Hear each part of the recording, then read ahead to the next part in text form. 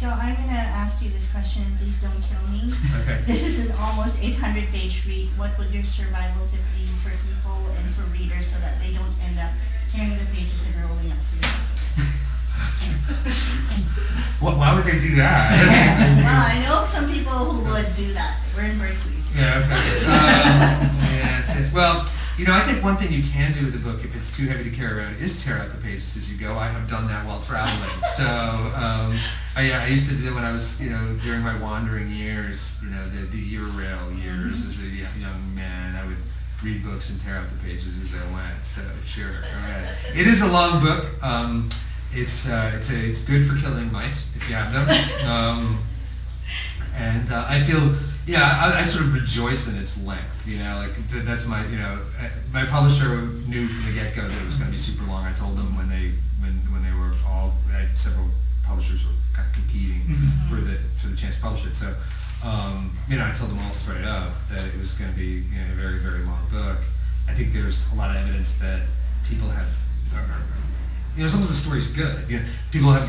There's a place for big books, and there's been something of a resurgence in it. There's been a number of really fat titles. Elizabeth Kosovo's The Historian, Instance of the Finger Post. Under the Dome. Under the Dome makes this book look like you can read it in a long red light. So there's plenty of really big books out there. Harry Potter, did that too. Some of the Harry Potter books are huge, and oddly enough, I think one of the things that's paved the way for this is the emergence of extremely good episodic television, which has sort of brought Dickens back in a sense, where people are willing to stay with a story for a really long time. I'm the last guy in the world to do this, but I'm now watching The Wire. I'm through season 3, and I'm gonna put an orange couch in my yard like any day now, and it's that's like reading a really long novel. And it sort of started with, I guess, The Sopranos was kind of like the thing that kicked in the door on this. But writers basically took over television in some way, in the last 15 years, and people now are living with a story for a really long time in the way that 19th century audiences lived with each chapter of the latest Dickens. And so I feel like that's part of a way in which, oddly enough, other media has contributed to the health of, in particular, the long novel. Would you say there's a moral to the passage, or multiple morals? Well, you don't want to reduce it to anything quite so, because it's sort of deadening, and it's a very complex story with a lot of different elements to it, and different people will see different things. I know that I had an idea in mind that was a guidepost for me. It doesn't have to be a guidepost for the reader reading the book, but I think it's sort of hard to look away from. It's sort of obvious in the book. And that is, in many ways, it's a book about children. In the novel, human beings attempt to create, an artificial immortality, which is a disaster. Right. But the reason that it's a disaster, from a sort of ethical point of view, is that they have failed to notice that we're already immortal, and that's because we have children. The future that I will not live to see is the one my children will live in. When I became a parent, I became immortal. I became part of a really long chain of human life. And to mortgage their future for my benefit is automatically a catastrophe. And you can enlarge this in lots of different ways, in sort of different areas, and say there's an environmental message here, there's a message about science, there's simply a message about taking care of the world in which you live. The sanctuary becomes kind of a model for the last human attempt at this, right? And so that was for me kind of the guidepost. It is a father-daughter novel, and it bases it's a man who needs a kid finding a kid who needs a father, and that's and that bond is a very cohesive bond that lasts 1,000 years. I mean, that's kind of built into the beginning of the book. How far along are you with the second book? Can you talk a little about it? And is it going to be as long? Well, I don't think it's going to be quite as long, and I hope it isn't, just because physical stamina begins to play a role in writing books this long. And it'll be however long it wants to be for me. That's what I'll say about it. This book was, the passage, so the first volume of this was just sort of made a case for its own length, and you have to let a book do that. That said, I think the second book will end up being a little bit shorter, and I think the second and the third one both will.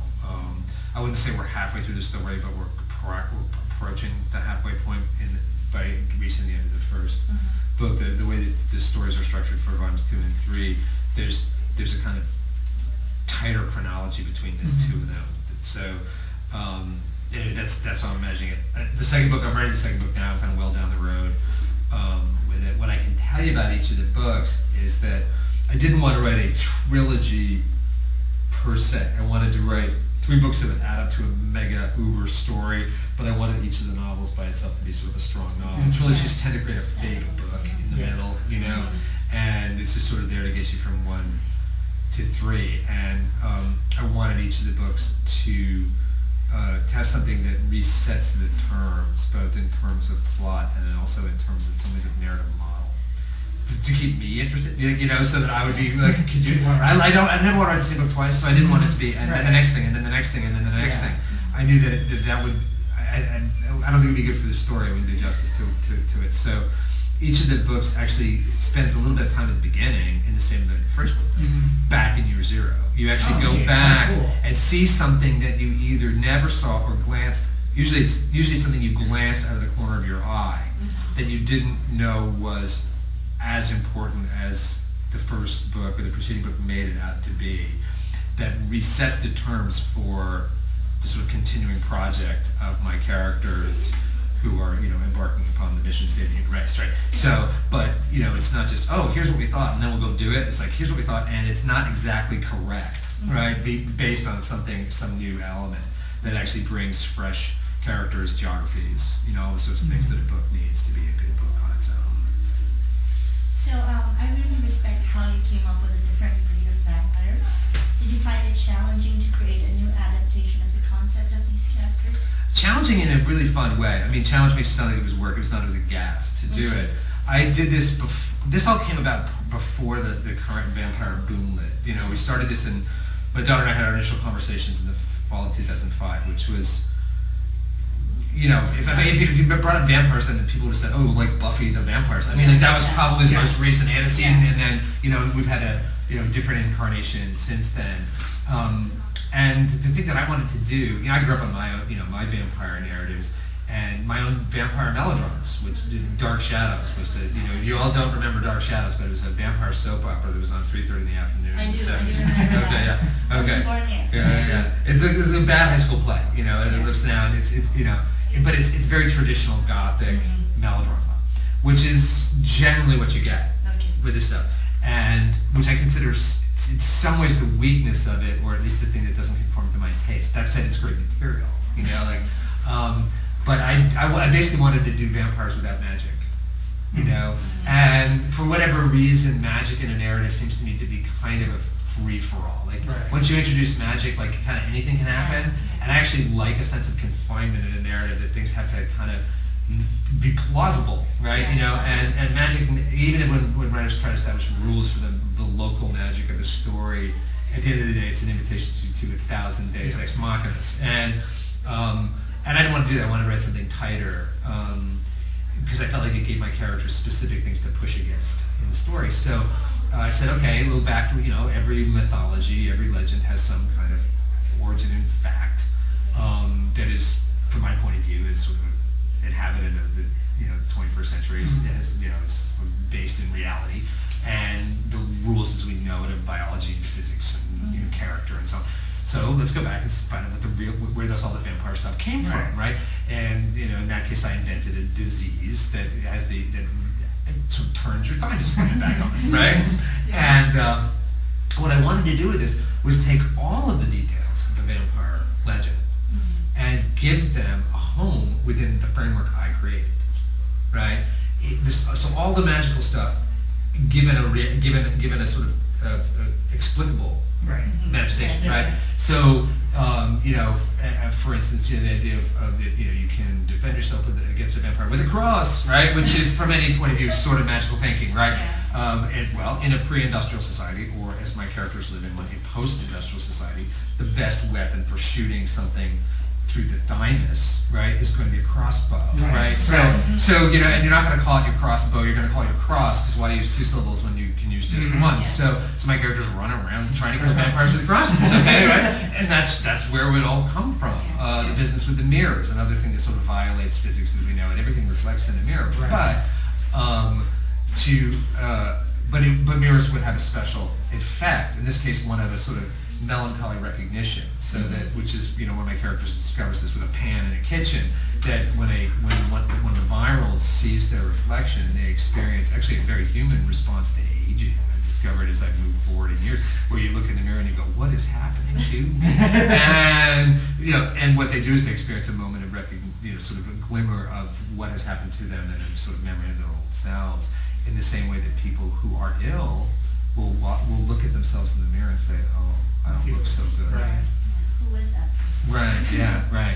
And so all of the details I try to give a place to, and it ended up being a lot of fun to do it, and then putting in some of my own things that I just found creepy in the animal kingdom. You know, so I wanted to make sure there were sort of biological analogs to everything, so that they move like birds or schools of fish, or social organizations like bees.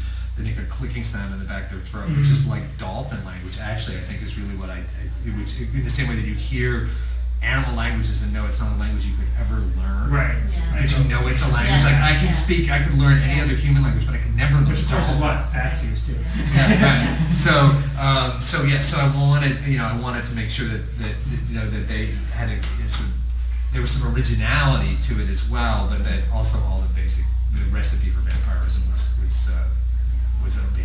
You mentioned that Stephen King is a monument in one of your interviews.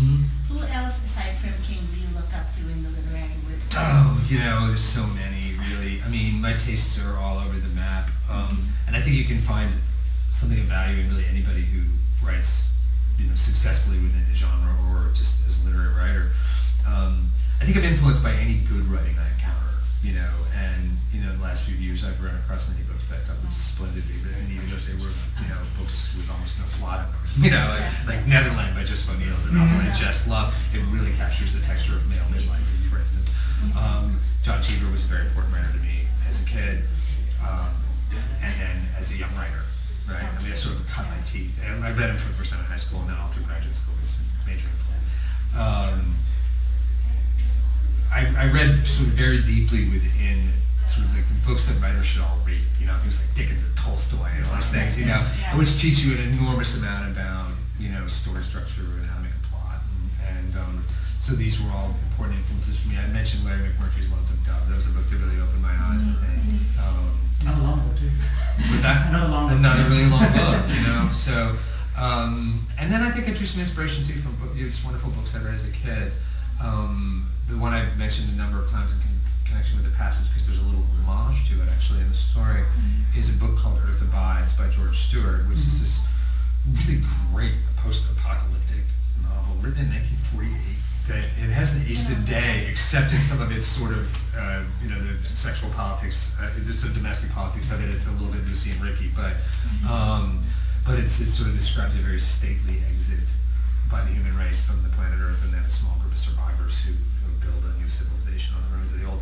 And I still have my little mass market paperback of my 6th grade or 7th grade signature in it. That was really important book for me. So it's kind of everything, you know. And if you read the book, you know that it makes references to so many different books. Everything, you know, Melville, Shakespeare, Homer, you know. Zombie movies. I mean, you know, Planet of the Apes. It's all in there, you know. And, you know, all the stuff that I've ever really loved and that had an effect on me. So. Okay, well, Thank you so thanks so much. much for that. Right on.